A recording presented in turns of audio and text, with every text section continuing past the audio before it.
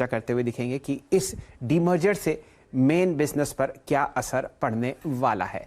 टिक bye टिक chart आपके सामने प्रस्तुत और यतिन जी फोनर पर हमारे साथ जुड़ चुके हैं। यतिन जी, पिरामल एंटरप्राइजेस की तरफ से ये खबर आती हुई एनबीएफसी बिजनेस अब लिस्टेड एंटिटी में।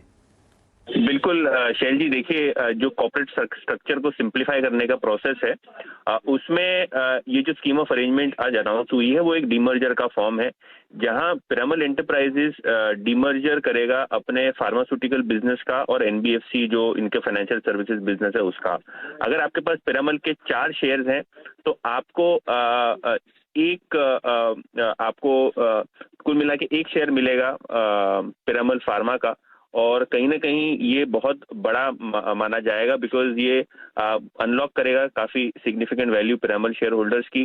बोथ लिस्टेड कंपनीज जो है उनकी लीडरशिप पोजीशन है, चाहे वो फार्मा बिजनेस हो चाहे वो एनबीएफसी कारोबार हो, तो कहीं ना कहीं मैनेजमेंट में भी आपको फेरबदल होता हुआ दिखाई देगा। तो सेपरेट एंटिटीज में सेपरेट मैनेजमेंट रहेंगे।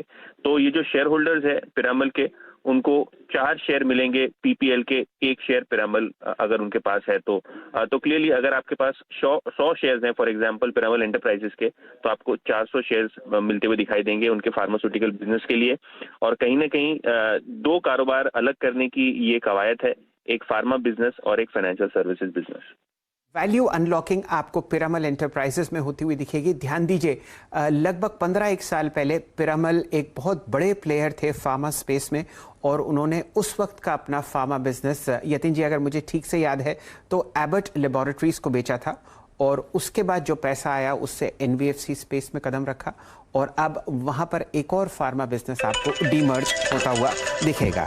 तो ये हाल आपके सामने फिलहाल आता हुआ दिख रहा है पिरामल एंटरप्राइजेस पर। Stock price 2973।